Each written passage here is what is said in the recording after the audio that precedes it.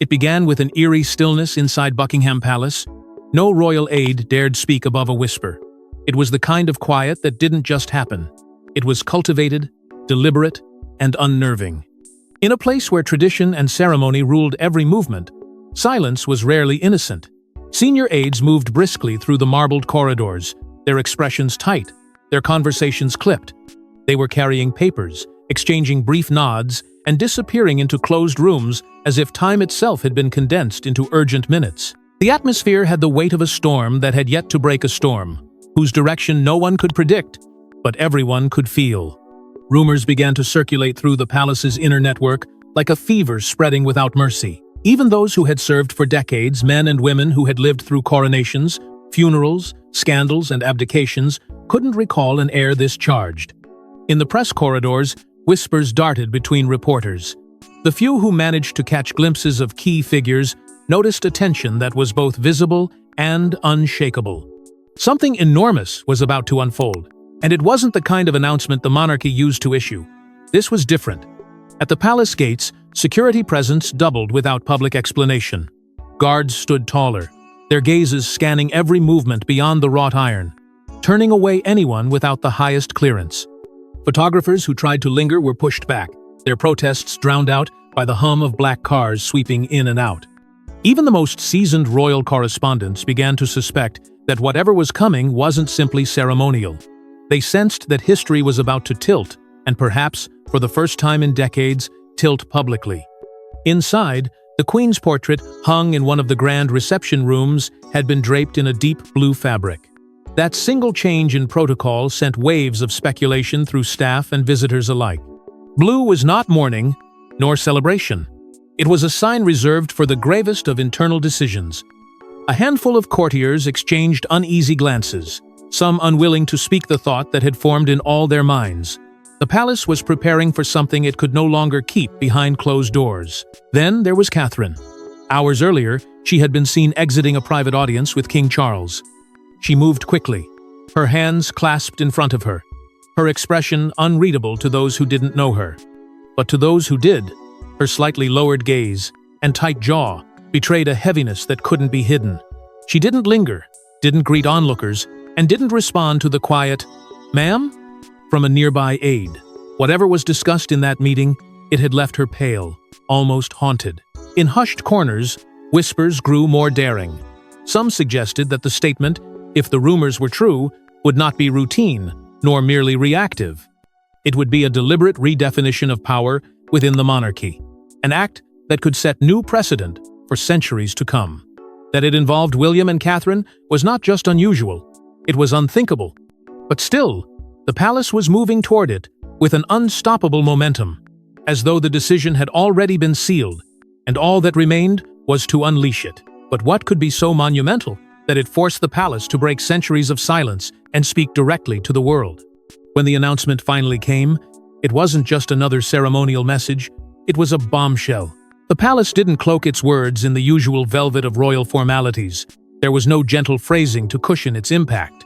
Instead, the statement landed with the cold precision of a blade, cutting through centuries of carefully guarded restraint.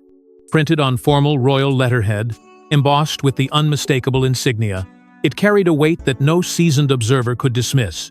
The script was elegant, but the language was unprecedented.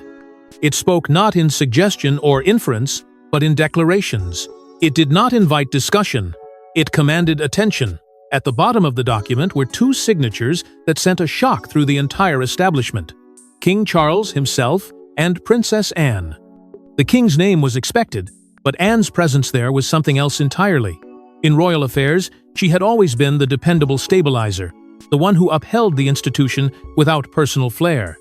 For her to stand beside her brother on a statement of this magnitude meant she wasn't merely endorsing it, she was anchoring it, lending her own unshakable credibility to its every word. This was not the work of advisors. This was the will of the sovereign and his most trusted ally. Buried within the formal structure was a sentence that would dominate headlines for weeks, an official acknowledgement of the evolving roles and influence of William and Catherine.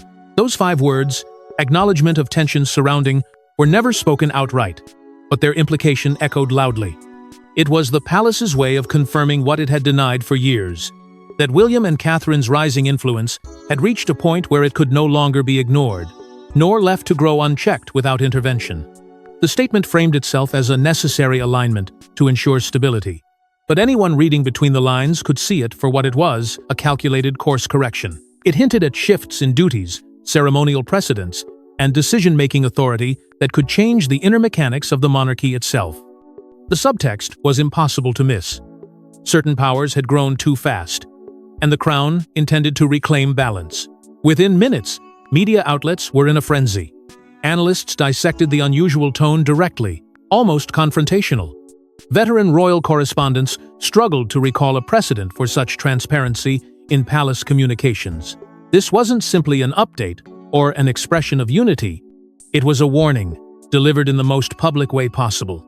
And in the corridors of influence, the move was interpreted as the opening shot in a battle for the monarchy's very heart. While the words on paper were measured, their delivery carried the unmistakable scent of urgency and resolve. The fact that Charles and Anne had chosen to make this statement now, and in this form, suggested that something far deeper had been brewing, something that could no longer be contained within the privacy of royal walls. To understand why this statement landed like a thunderclap, we must dig into the weeks of hidden drama that led to it. Behind the gilded doors, family ties had been stretched to their breaking point. What began as small, manageable differences in approach had, over time, hardened into open fault lines. At first, William and Catherine's growing independence seemed like a natural evolution of fresh energy for a monarchy seeking relevance in the modern age. Their projects captured global attention, resonating with younger audiences, and brought a level of transparency the institution had long resisted. But as their popularity soared, the quiet unrest within the palace deepened. Every successful engagement they led seemed to highlight the waning influence of others, and for some, this was intolerable. The strain became most visible in the subtle but significant clashes with Camilla. While outwardly cordial, behind the scenes there were disputes over patronage rights, who would champion which causes, and disagreements over ceremonial precedents at key events. These were not trivial protocol disputes. They were power markers, carefully guarded and fiercely defended. Camilla viewed certain roles as rightfully hers by virtue of her position. But William and Catherine's rising influence meant the public increasingly expected them to take center stage. Each shift in spotlight chipped away at the fragile equilibrium. Inside Charles's advisory circle, the debate was constant. Some of his most trusted aides urged restraint, cautioning that public unity must always outweigh private rivalry. But Anne was not among them. She argued that decisive action was needed before the imbalance became irreversible. Her stance carried weight. Anne was the most respected working royal, and her word was rarely taken lightly. Her alignment with William and Catherine on certain reforms only added fuel to an already volatile mix. The staff, often invisible to the public, found themselves unwilling soldiers in a conflict they could not avoid. Invitations were sent or withheld, depending on which faction controlled the event. Conversations that once flowed freely over official duties now carried the undertone of loyalty tests. Even experienced aides, trained to operate above emotion, began feeling the pressure of taking sides. Catherine herself began to adjust her approach. Though she never withdrew entirely from public life, there was a noticeable change. She declined certain appearances where tension might overshadow the occasion. Her public smiles remained, but those close enough saw the difference, her attention sharper, her steps more deliberate, her words more measured. Every choice was calculated to avoid open confrontation.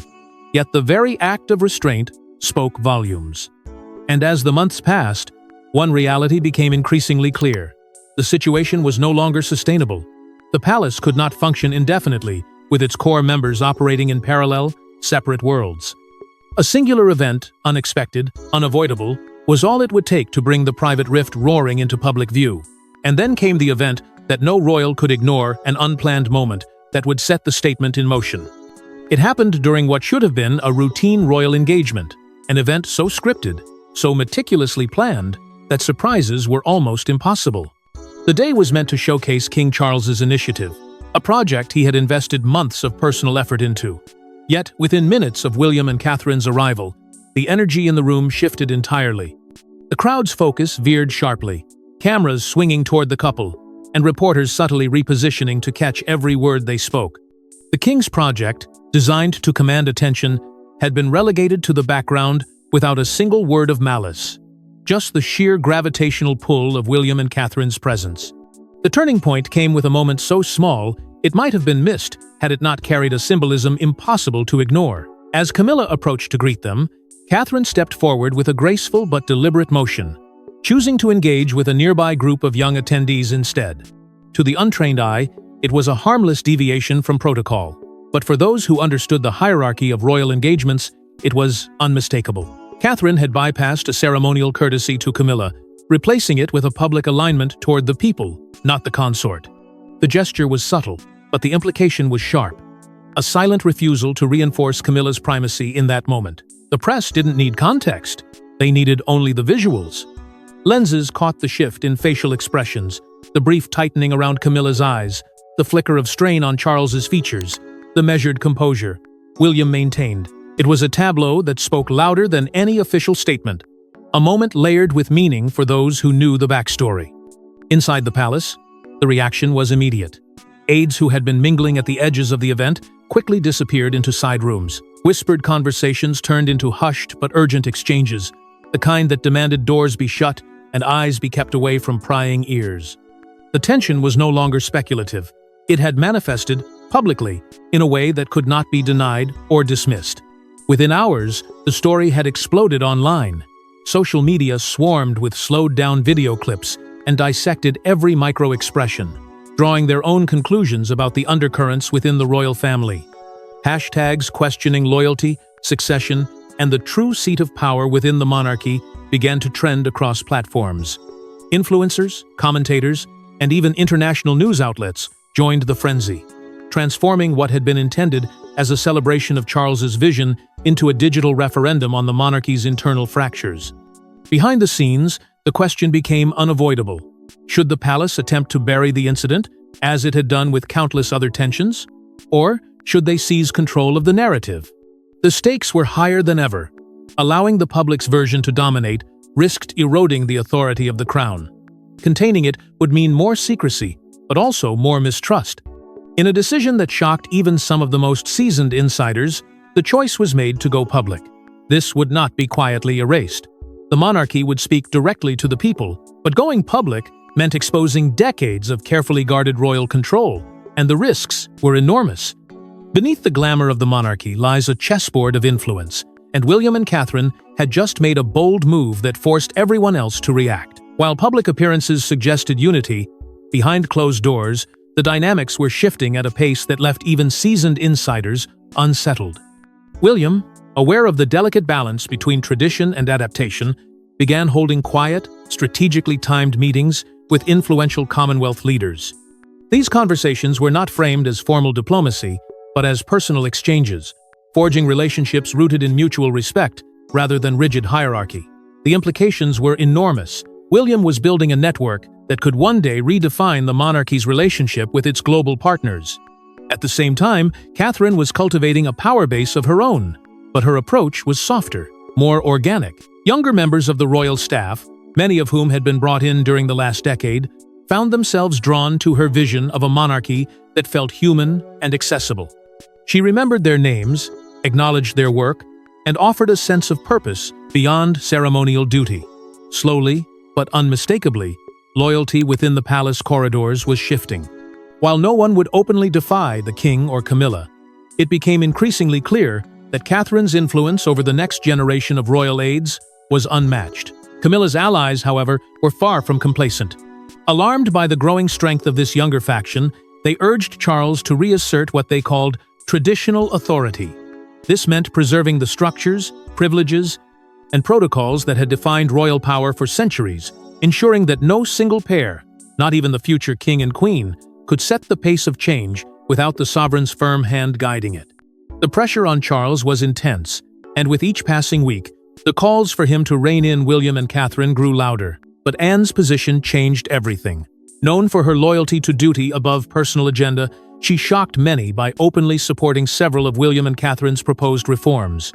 Her decision was not born of sentiment, but of practicality. She recognized that public trust was drifting toward the younger royals, and that failing to adapt would risk the monarchy's long-term survival. In her view, stability did not mean stagnation. The press seized on these developments with relentless fervor. Narratives began to split sharply, framing the unfolding situation as a contest between a modern monarchy that sought to engage the people directly and a traditional rule determined to guard the institution's mystique. Opinion pieces dissected every move, every photograph, every speech, searching for signs of alignment or fracture. The anticipation in the public sphere reached a fever pitch. The palace had already signaled that a formal statement was coming, but speculation about its contents was uncontrollable. Would it mark a new chapter in royal governance, or serve as a rebuke to the younger generation's ambitions? The tension was no longer confined to the palace. It was woven into the national conversation, and when the day came for the world to hear the truth, the royal family didn't hold back. The words were measured, the tone formal, but the impact? Earth-shattering. This was not a gentle clarification. It was a gauntlet thrown. The statement, read aloud in crisp, deliberate cadence, and released in full to the press, began with what sounded like recognition, but beneath that polished surface lay a tectonic shift. For the first time in living memory, the palace officially acknowledged William and Catherine's expanded role in national affairs, framing it not as a gradual evolution, but as a decisive act. It was an unmistakable declaration. Their authority was no longer merely symbolic. It was sanctioned and entrenched. From there, the statement treaded into territory. The monarchy usually leaves untouched, admitting to disputes over ceremonial hierarchy. Without naming names, it acknowledged disagreements regarding the distribution of ceremonial responsibilities. The language was careful, almost surgical, but its meaning was obvious to those who had been watching closely. This was confirmation that the tension between senior royals was not mere media invention, it was real, and it had reached a point where silence was no longer viable. Then came the part that left insiders stunned. A subtle but undeniable rebuke aimed at those resisting the tide of change. The phrasing was cloaked in royal formality, yet it carried the sting of accusation, calling for adaptability in the face of evolving expectations and urging all members of the institution to uphold the spirit of service above personal precedent. To those versed in the coded language of the monarchy, this was as close as the palace would ever come to publicly chastising its own. But the most daring stroke was yet to come. Embedded halfway through the statement was a promise of reforms that could, if enacted, alter the very foundations of succession protocol. It did not outline specifics, but the implication was clear. The future line of succession, its ceremonial order, and perhaps even its operational structure were open to review. This was not merely about the present. It was about the DNA of the monarchy itself. In its final paragraphs, the statement extended a public invitation for unity, calling for a shared vision that transcends individual differences. But even here, the olive branch carried an edge. The appeal for solidarity was accompanied by a phrase that read like a warning: those who stand apart from progress risk standing apart from the future. It was a line destined to be dissected in every newspaper, talk show, and political panel across the country. Reactions were immediate and overwhelming. Media outlets ran continuous coverage, dissecting each word as though it were a royal will. Politicians weighed in, some praising the boldness, others cautioning against destabilizing an ancient institution. Royal watchers, both seasoned and casual, debated whether this marked the dawn of a new era or the first crack in the monarchy's foundation. The sense of finality in the statement's delivery was undeniable, yet so too was the sense of provocation. Yet, even as the public absorbed the shock, the most personal reactions were happening far from the cameras. While the nation debated, Catherine's silence spoke louder than any words, her expression carrying a weight only those inside the palace could truly understand. Just hours after the statement was released, she was seen leaving a small, private chapel within the royal estate. It was a place she often retreated to in moments of personal reflection. But on this day, her visit took on a different meaning. She moved with quiet composure, her head slightly bowed, as if carrying the burden of a truth the public could only guess at. The cameras caught her, but she offered nothing in return.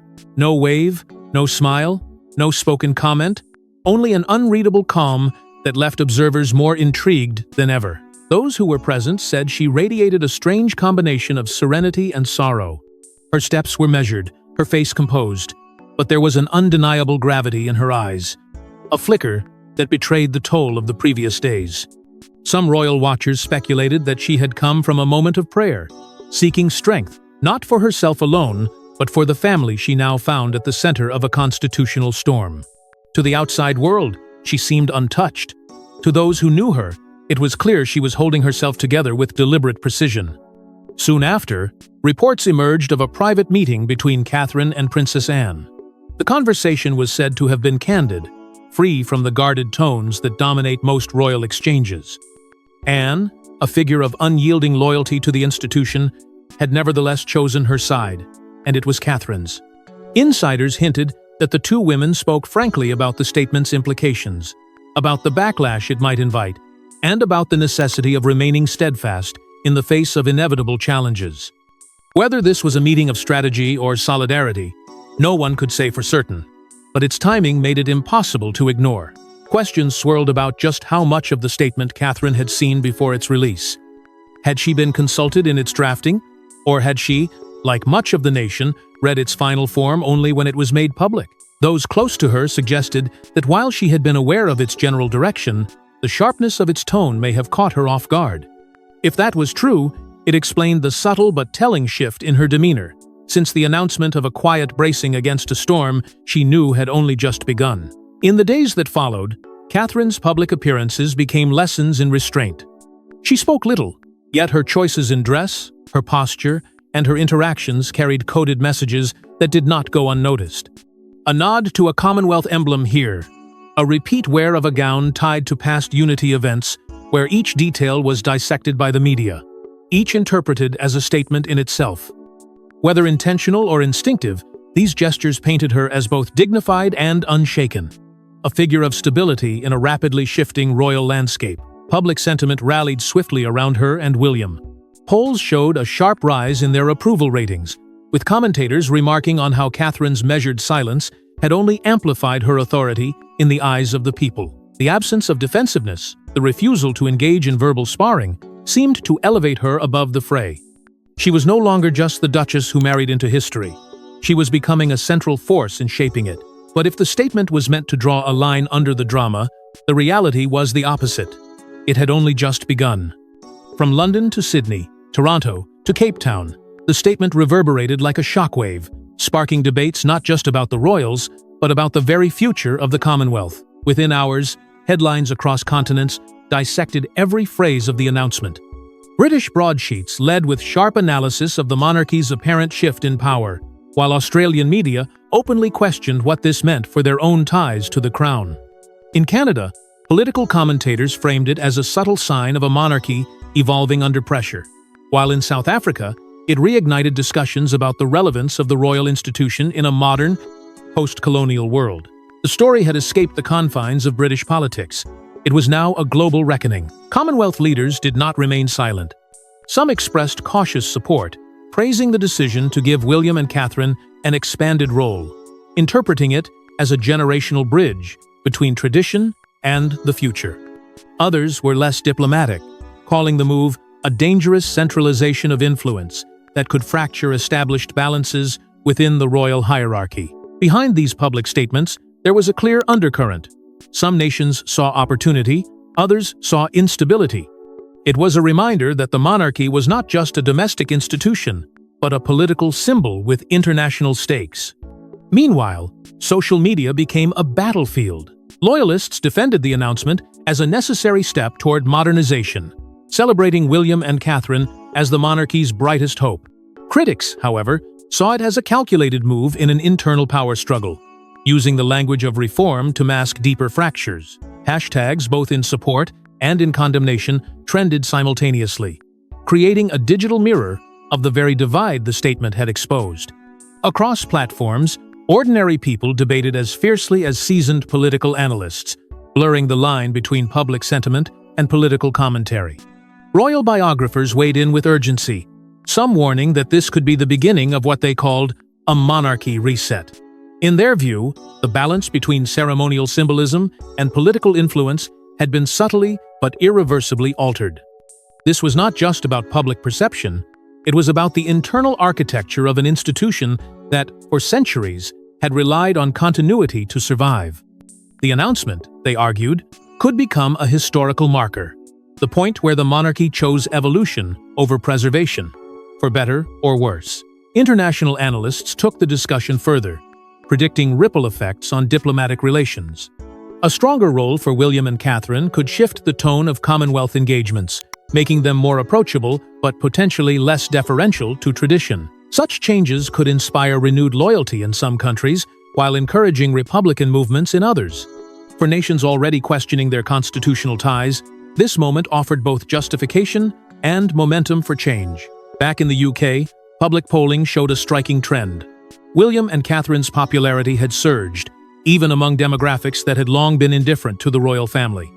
The monarchy itself was receiving more attention than it had in years, but the divide over its direction was deeper than ever. The question now was not whether the public cared, but whether the monarchy could sustain the weight of that attention without splintering from within. And just when the world thought the storm was passing, the palace revealed one last, chilling twist. In a final, unanticipated move, the palace released an addendum, one that carried implications no one was prepared to confront. This was no mere clarification or footnote.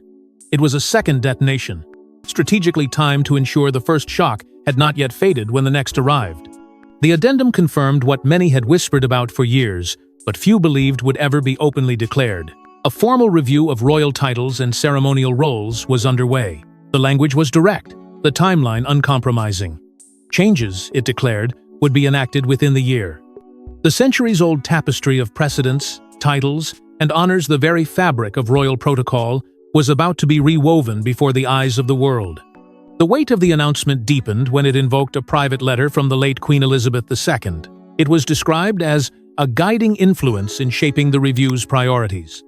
This revelation transformed the addendum from a political maneuver into something with the glow of legacy, implying that the seeds for this moment had been planted long before Charles's reign. The contents of the letter were not disclosed in full, but the palace hinted at her desire for unity and continuity, a phrase that carried both comfort and warning. Whatever changes were coming, they would bear the imprimatur of the longest-reigning monarch in British history, making them almost untouchable in the court of public opinion. But the true shock rippled in the leaks that followed. Trusted sources began suggesting that Camilla's ceremonial role could be significantly scaled back. It was a possibility so bold, so unorthodox, that even the most seasoned royal correspondents hesitated to speak it aloud at first. If true, it would mark a dramatic recalibration of power, signaling that her influence along a point of contention within the family might be curtailed to allow William and Catherine's rise to accelerate unhindered. For those who had resisted their growing dominance, this was nothing short of a nightmare scenario. The addendum also revealed that William and Catherine were now poised to inherit far more than had ever been formally announced. This was not simply a question of titles. It extended to ceremonial duties, patronages, and even certain elements of constitutional influence that had previously been shared among multiple senior royals. The effect was to consolidate authority in their hands in a way that hinted at a planned and permanent shift in the monarchy's operational center. It was a passing of the torch, not at the moment of accession, but in the middle of a reign, an extraordinary act that blurred the lines between present leadership and future inheritance. This revelation left the monarchy at a precipice. Supporters hailed it as a bold and necessary step to secure the institution's future in an age of rapid change.